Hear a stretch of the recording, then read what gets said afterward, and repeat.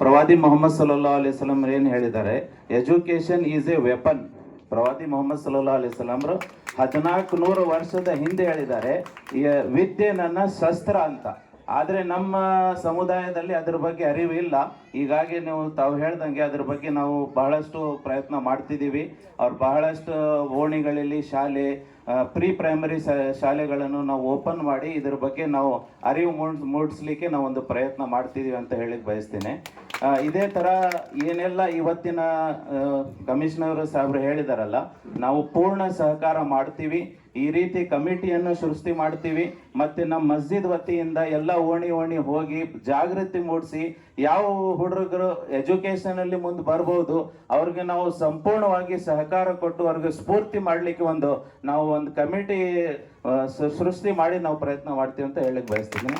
ಕೊನೆಯದಾಗಿ ಮತ್ತೊಮ್ಮೆ ನಾನು ಜಮಾತ್ ವತಿಯಿಂದ ಎಲ್ಲ ಜನ್ನತ್ ನಗರ್ ವತಿಯಿಂದ ನಾನು ಧನ್ಯವಾದವನ್ನು ಕೋರುತ್ತೇನೆ. ಈ ಕಡೆಯಲ್ಲಿ ಕಮಿಷನರ್ ಸಾಹೇಬ್ರು ಏನು ಹೇಳಿದಾರಲ್ಲ, ಆ ಪರವಾಗಿ ನಾವು ಕೂಡ ಒಂದು ಸೂಕ್ಷ್ಮ ತಬ್ಲೀಗ್ ಜಮಾತ್ ಅಂದರೆ ಡಿಪಾರ್ಟ್ಮೆಂಟ್ಗವ್ರಿಗೂ ಗೊತ್ತು, ಇಂಟೆಲಿಜೆನ್ಸ್ ಅವ್ರಿಗೂ ಗೊತ್ತು. ಸುಮಾರು 100 ವರ್ಷದಿಂದ ಈ ಕೆಲಸ ನಡೀತಿದೆ.